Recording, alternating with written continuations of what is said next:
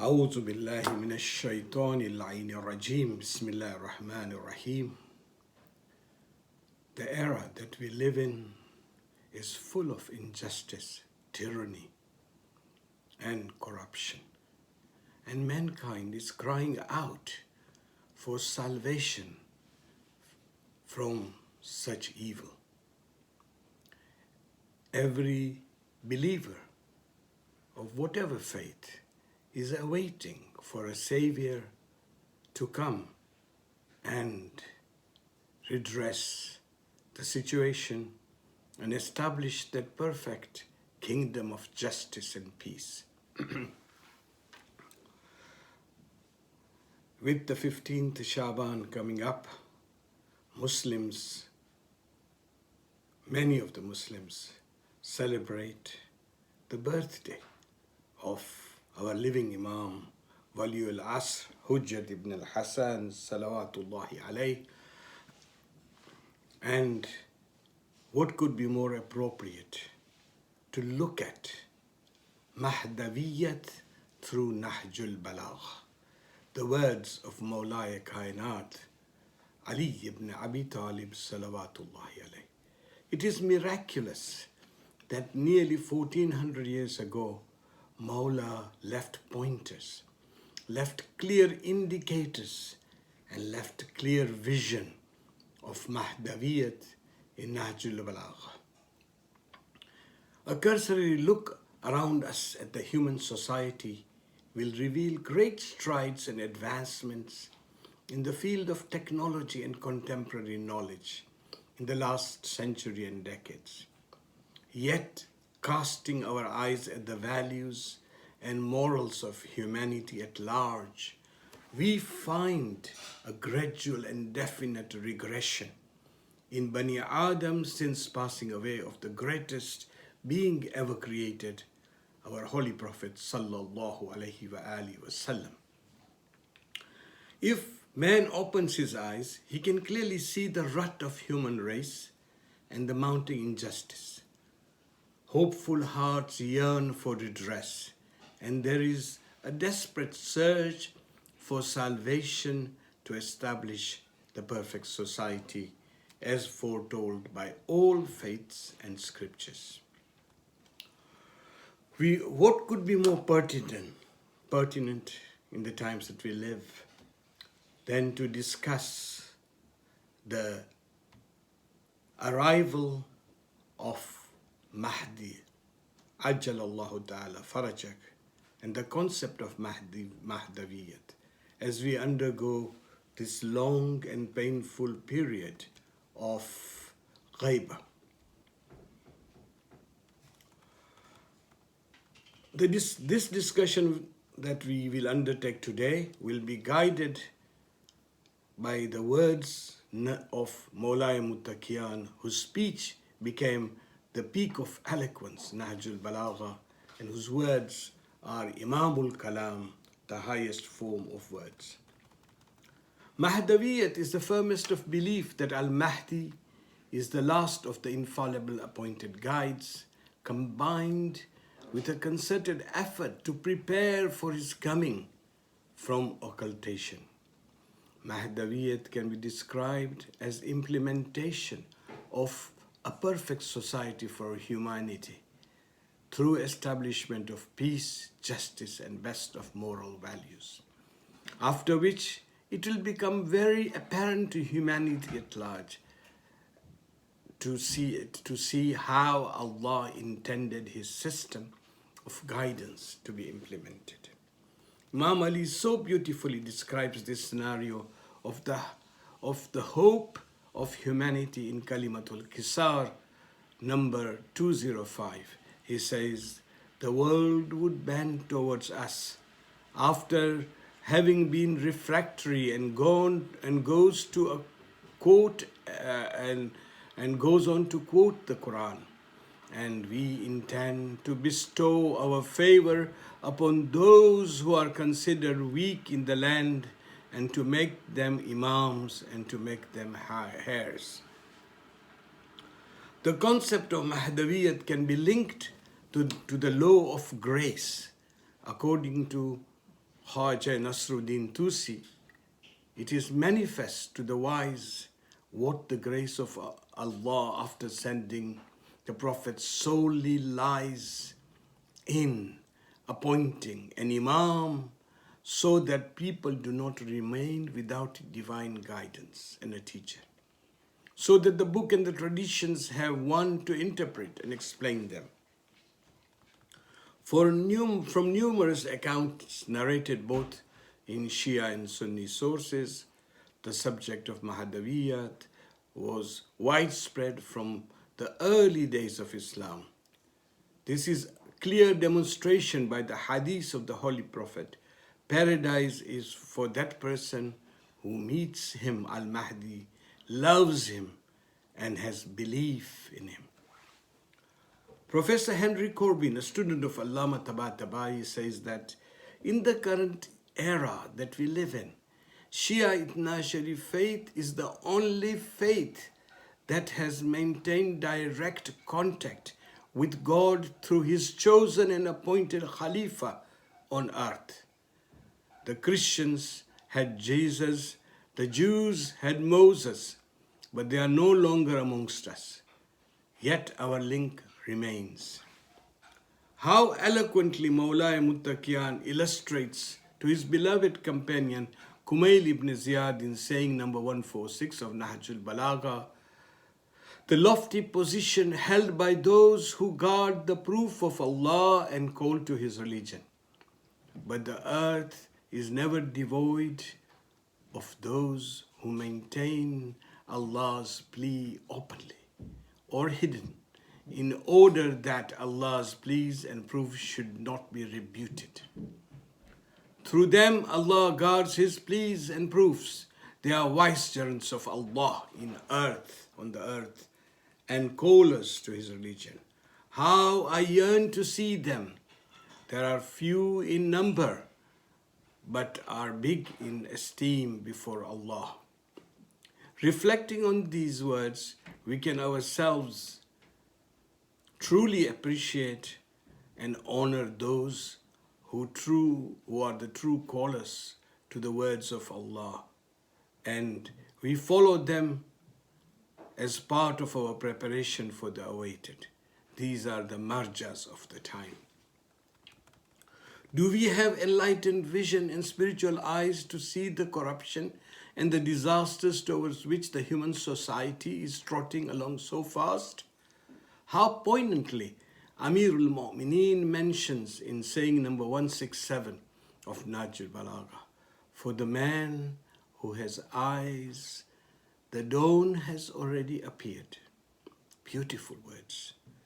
The question stands, do we see the dusk of the man-made world order and the dawn of Mahdaviyat coming up? In saying number 172 of this book, we find that Mawla reminds us, he who sharpens the spearhead of anger for the sake of Allah acquires the strength to defeat the stalwarts of falsehood. This saying in the book, overflowing with the pearls of wisdom, tells us that we have to be prepared. Therefore, those who try to rectify the society by attempting to remove corruption and taking a stand against vice and evil purely for the sake of Allah need not be afraid, as they should know that God is with them. And such individuals are always helped and strengthened by Allah. They are never defeated. History is littered with glorious examples of those who took firm stances to testify to this maxim of Ali ibn Abi Talib salawatullahi alayhi, from the time of our Prophet to Karbala and beyond. We find even in the contemporary times leaders like Mahatma Gandhi and Nelson Mandela learned from the events of Karbala that standing for truth against tyranny attracts divine help and eventual success.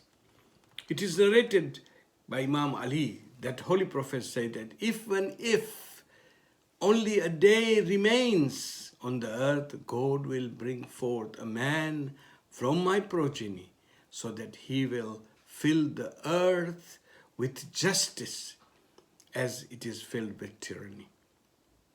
Such opinions has been endorsed by many of the 14 Masumin. In one such beautiful event, in the presence of our 8th Imam Ali Raza, Salawatullahi alayhi, Daybal al-Khadai presented a poem which ended with, "No doubt an Imam will rise, an Imam who will govern according to the name of God and divine blessings." On hearing this, our Mawla, Imam Raza, wept and said, "The blessed angels put these words in your mouth." A prominent contemporary poet, Agha Sayyid Hassan, describes Al-Qaim in the most touching words. The elegance comes up to his clear lit face, and the morning breeze spread from his calming countenance. Undoubtedly, it will be that luminous face that will be the very light that will guide us on Sirat al-Mustaqim, and that morning breeze shall be peace and contentment of our heart when we feel his soothing presence amongst us.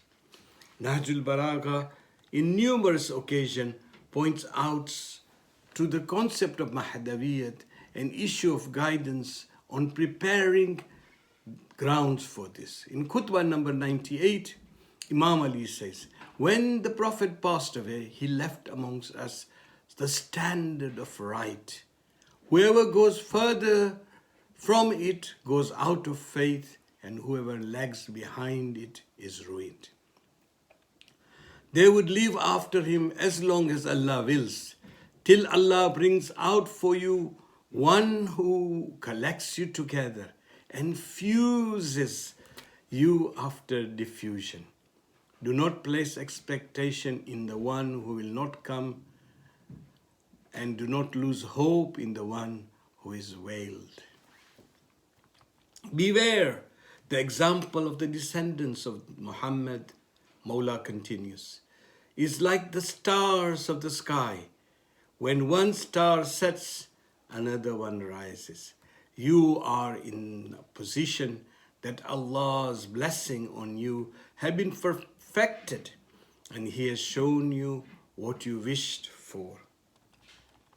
Having the guiding light in the form of our Aimma leaves a great responsibility on each and every one of us, not only to follow, but to share this light amongst us. When we look at the lives of the great followers of Imam Ali, like Salman and Abu Dhar, they were known Masooms, yet they basked in the light and became our role models, enjoying the highest position due to their obedience of their Imam of the time. Often a question is raised as to why, during this period of Ghaiba, we should follow Fuqaha who are known Masoom and other spiritual personality who have proved their qualities as per known hadith. The query has risen before, and we find a scenario in Kufa at the time of Abu Abdullah, very similar to what we see around us. Imam Hussain, in his absence, sent Muslim ibn Aqil as his representative with orders that his bay'ah was Imam's bay'ah. The orders of Muslim ibn Aqil became the orders of Imam for the people of Kufa. According to one narration, when Hani ibn Urwa was arrested, Muslims raised up their voice, and thousands gathered around Hazrat Muslim to attack Ibn Ziyad. But the so-called renowned alim of the time, Salman ibn Khuzay, issued a fatwa, encouraged people not to follow Hazrat Muslim, and the tribal leaders sold themselves out for wealth, and the people changed their mind.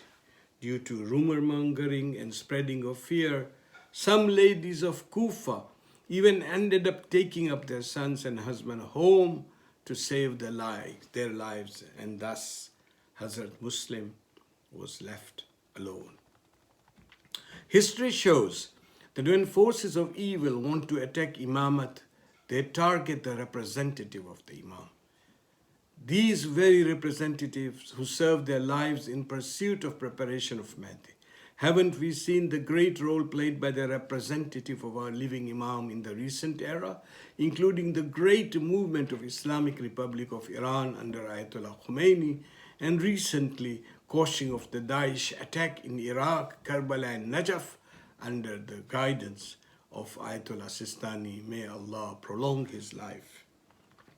One of our represented responsibilities is in Intizar is recognizing the closest and the clearest mirrors that reflect the true guidance of Waliul Asr and the Holy Quran, the La Raib word of Allah. One of our responsibilities in Intizar is recognizing the clearest of mirrors that reflect the true guidance of Waliul Asr and the Holy Quran, the La Raib word of Allah. Preparation of Mahdaviyat has many strands to it. In a recent convention in Iran, Ayatollah Misbah Zaidi said that the return of Mahdi does not mean that everyone should become evil. Rather, one should work to make this society more and more Islamic to reach Mahdi's rule. Today, the broader view and vision Mahdaviyat extends to such a way that it cannot be restricted to the 12 Shias. One of our responsibilities in Intizar is recognizing the clearest of mirrors that reflect the true guidance of Waliul Asr, the Holy Quran and the La Raib word of Allah.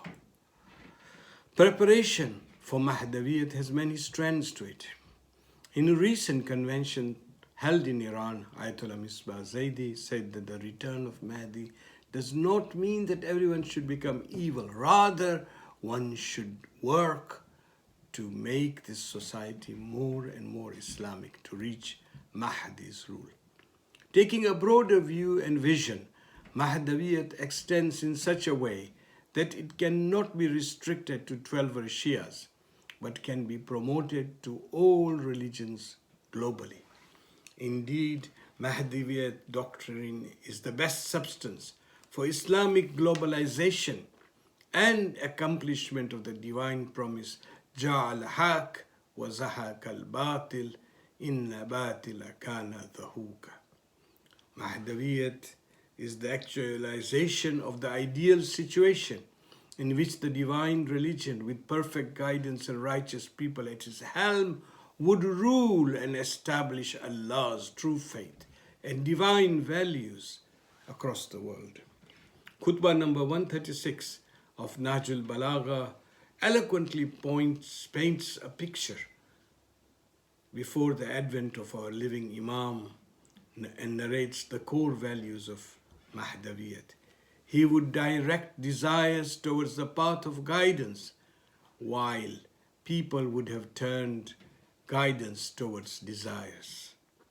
He would turn the views in direction of Quran, when people would have turned Quran in their own views. Before the enjoiner of good comes, matter will deteriorate, till war will rage amongst you, with full force showing its teeth, with udders full of sweet milk, but sour end. Just a moment of reflection on these deep, insightful words of our Imam should make us realize that we are in the midst of such time. Imam Ali further adds, beware, it will be tomorrow, and tomorrow will come soon with things which you do not know.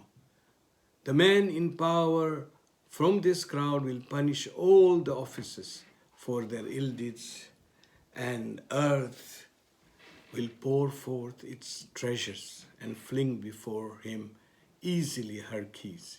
He will show you the just way of behavior and revive the forlorn aspects of Quran and Sunnah. How we yearn and pray daily for the return from ghaibah of our Imam, yet at the same time, we have to ask, have we prepared for his reappearance by rectifying our actions so as to join as his true followers? In khutbah number 150 of Nahjul Balagha, Imam highlights the duty of marifah of our living Imam whilst reflecting on the hadith of the Holy Prophet. Those who die without the marifah of their living Imam die the death of Jahiliyyah. وَمَنْ مَاتَ وَلَمْ يَعْرِفْ إِمَامِ الزَّمَانَ مَاتَ مِيتَةَ الْجَاهِلِيَّةِ. Mawla Ali goes on to emphasize that certainly the Imams are vicegerents of Allah over his creatures, and no one will enter paradise except he who knows them and him, and no one will enter hell except those who deny them and him. He further states, referring to the arrival of Mahdi, the riser has risen, the sparkler has sparkled, and the one who has to appear has appeared, and the curved has been straightened. Indeed, beautiful words of how every evil will be straightened. Indeed, when the return of Al-Qaim, the world will be filled with sparkle of positivity, and all evil will be straightened. This is the true concept of Mahdaviyat, encapsulated in a few words by our Mawla. In khutbah number 148, Mawla clearly sets out the situation around the advent of Dhuhur. Mawla says, they looked to the evil ways of evil and left the paths of guidance. How near is today to the dawning of tomorrow? O people, this is a time for occurrence of the every promised event and approaching of those which you do not know. Whoever is from us Ahl al-Bayt will be in these days, will move through them with a burning lamp, and will tread on the footstep of the virtuous to unfasten the knots, to divide the united and to unite the divided. Before that, he'll be in concealment from the people, then a group will be sharpened like a sharpening of swords by the blacksmith. Their eyes would be brightened by revelation, and the finer point of commentary would be in their ears, and they would be given drinks of wisdom morning and evening. Let us imagine the era when the knots will be unfastened and the finer points of the commentary of Quran will come through our minds to truly enlighten us. What a beautiful time for the true followers of the Imam when they will be given the drinks of wisdom morning and night. How clearly does this khutbah lay out the plans of Allah to make sure the guidance reaches to all, to be carried out through selected people who will be endowed with wisdom and knowledge. How we look forward to the reunited human race with knots of doubt and fallacy removed from our mind. In khutbah number 185, Imam Ali describes in expansive way, beware, you should expect it to befall you, like the adversity in your affair, severance of relation and rising of small people. This would happen when the blow of sword would be easier than to earn a lawful dirham. People will be intoxicated, not by drinking, but with wealth and plenty. You would be swearing without compulsion and speaking lies without compulsion. O people, how long will this tribulation be and how distant the hope? O people, remove the weight of your sin. Do not cut away from your Imam. Do not jump into fire which is in flames in front of you. Leave for the middle way. I am amongst you like a lamp in darkness. Whoever enters it gets light from it.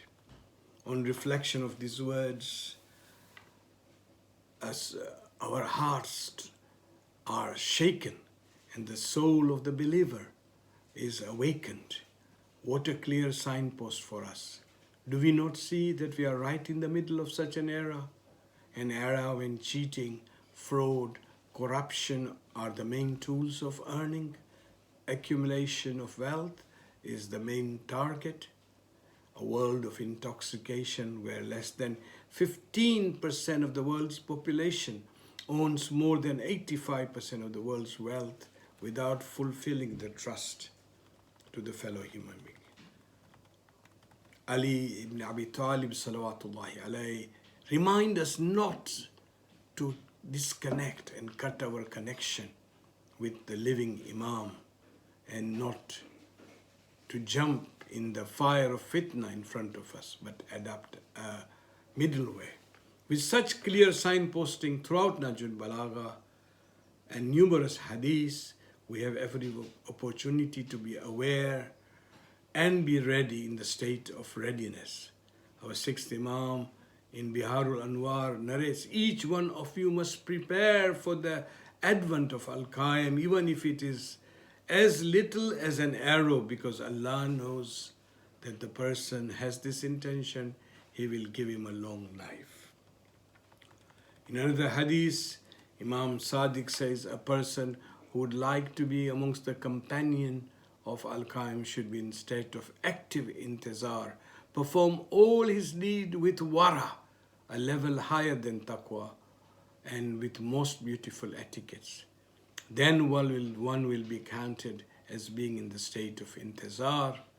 Then if such a person were to die, Al-Qaim was to make advent after this, then the person would receive the award and rewards as if he witnessed the advent.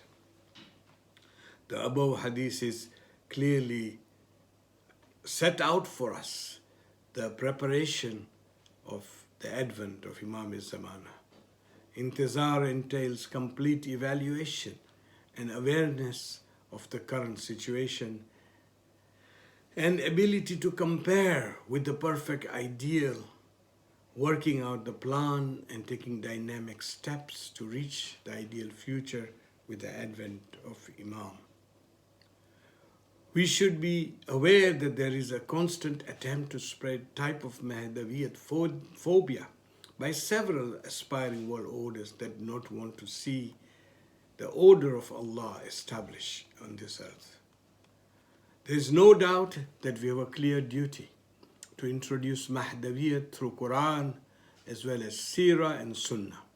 It is important that scholastic discussions should be undertaken on the concept of Mahdaviyat, and mankind is made aware of this great salvation that Allah has promised for the generation that are coming up and for humanity at large. Indeed, it is this very striving towards Allah that lays the groundwork for Mahdaviyat and the reappearance of our living Imam, and ultimately a perfect human society of peace and tranquility.